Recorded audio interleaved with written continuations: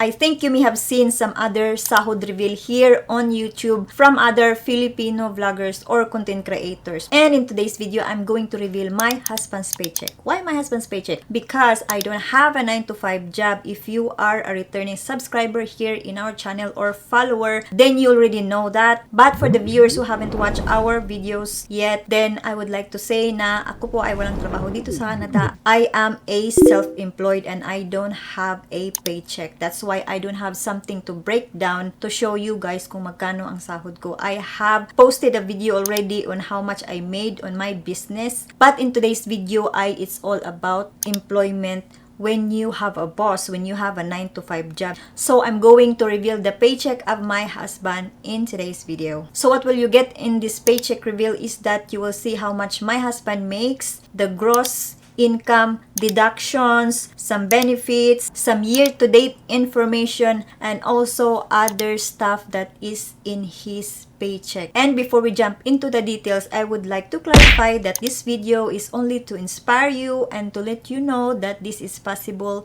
paycheck here in Canada even if you didn't go through a formal education. Because as you may already know is that makakuha lang tayo ng big paycheck dito sa Canada if we go into a formal education such as getting a certificate, a diploma, or even a degree. So guys, without any further ado, let's jump into the video. So my husband works in a manufacturing company making wires, and he works full-time there, 12-hour shifts. There are morning shifts and also night shifts. So my husband's schedule works this way. He goes to work 3 days in a row, and then 2 days off, and then another 2 days or 3 nights, and then another 3 days off. That's how his schedule works in his job. So he has a lot of time to stay home. Kasi kung isa-summarize mo siya in a month, he has like half of the month working and then half of the month is day off siya. That's how it works. And he is paid bi-weekly, guys. So in this paycheck that I'm going to reveal ay 2 weeks ang duration nito. So he worked 2 weeks and this is his pay, kumbaga. And for this paycheck also ay meron siyang overtime na konti. So you can also see how much he earns in his overtime pay. So for this paycheck, the period runs until July 8, here, July 8, and then he was paid on July 13. So for this period, he worked 72 hours, and my husband has a rate of $34.26. So for 72 hours of work, he earned $2,466.72. And aside from that, for this period ay may overtime siya na 12 hours. And that 12 hours, he made $616.68. So for this double time, I'm not sure what this is because there's also a stat holiday. I was initially thinking na this double time is the holiday or the stat because they are paid double, but now I'm not really sure what this is. But there's 0 for the current period, so I think that's fine. And this paid lunch is when they don't go for lunch break and instead they are paid for that. So for this period, he has 0.75 hours of paid lunch, and that is amounting to $38.54. And for stat, he has a bit of a stat holiday 2 paid, which is 12 hours, and that amounts to $411.12. And this is vacation hours. Obviously, for this period, he doesn't have any vacation hours paid. And now, this one is the after hours premium, which is in this period, he earned $32.40 for 36 hours. So, after hours premium, guys, means when you work, like for example, in the night na may additional pay siya dahil nga it is a night shift. It is not a regular day. So, you are just being compensated dun sa pag-work mo ng night instead of sleeping at home. So, that's what it means. And this one is a rebate. It's 0. They have this what they call gain share in their company. And for this period, they don't have any. This floater 2 is 0. But he has this PXB Life, which is, I'm not sure what this is. And for this pay period, he earned $9.44.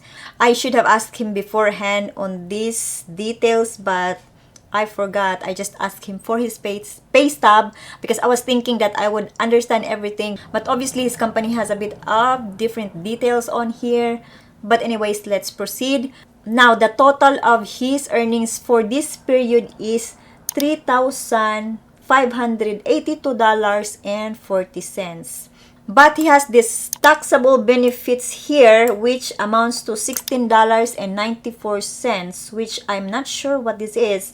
But anyways, his total gross is, after that taxable benefit, it's $3,565.46.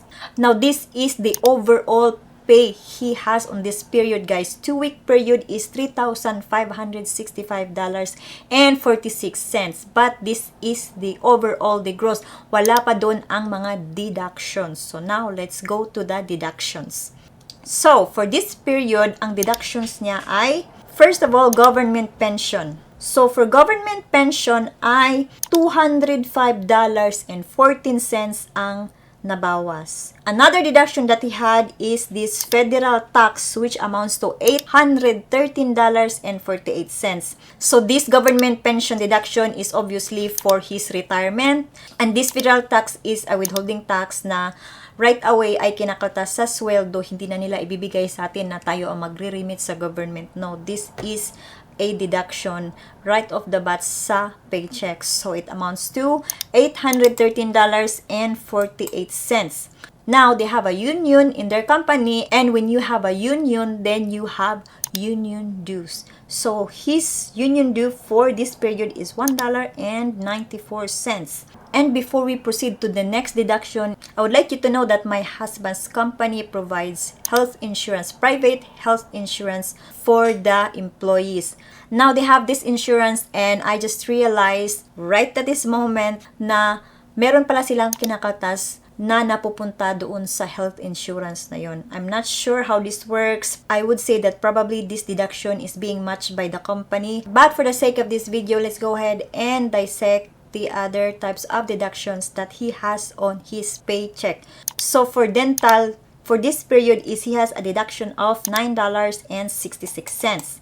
So this WI, I'm not really sure what this is. And they deducted $4.56. That is for the current period. This is it. And another type of deductions that he has is the EI contribution. This is the employment insurance. This is an employment insurance where you get your money, your insurance, if you ever get sick, if you are being laid off, or even kung magsara ang company and you have a gap before you can find another job. So for this pay period, his EI contribution is amounting to $58.12. Now guys, I see that there's another union due in here, which I'm not really sure why there's two.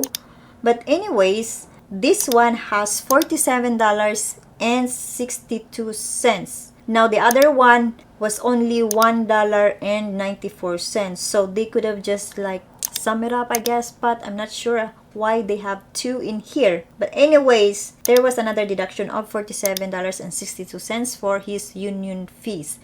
And the next one is the critical illness, which is $2.31. And the last but not the least is the vision deduction, which is $1.19. The vision, critical illness, and the dental is for the health insurance that they have for their employees, guys. So that's where it goes. So the total of his deductions for this period, 2-week period, is $1,144.02. So after subtracting that to the gross pay, it amounts to $2,421.44, which is the take-home pay of my husband for this period. So now let's go to the year-to-date figures.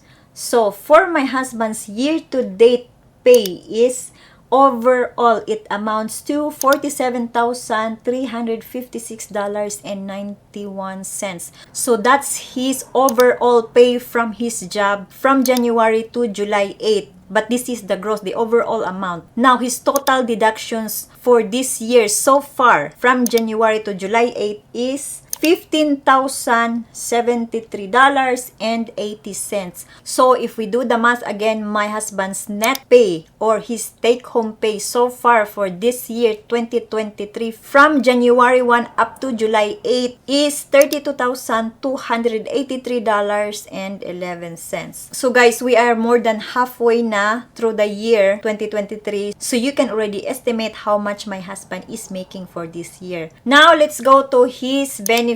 So, as I've mentioned earlier, my husband's company gives out private insurance for their employees. Now, this private health insurance is a really good benefit for our family because it covers medical, dental, vision, and other stuff. So, we can use an ambulance without worrying na we will pay hefty amounts because ambulance, if you don't know, is expensive here in Canada. So, we have 80% coverage for ambulance in our province, outside of our province, which is outside of Saskatchewan, or even outside of Canada. And aside from that, there is also coverage for hearing aids and hearing supplies if you ever need it or has a prescription for it. As well as there is a paramedical services covered, which is, for example, chiropractor, or if you ever need a massage.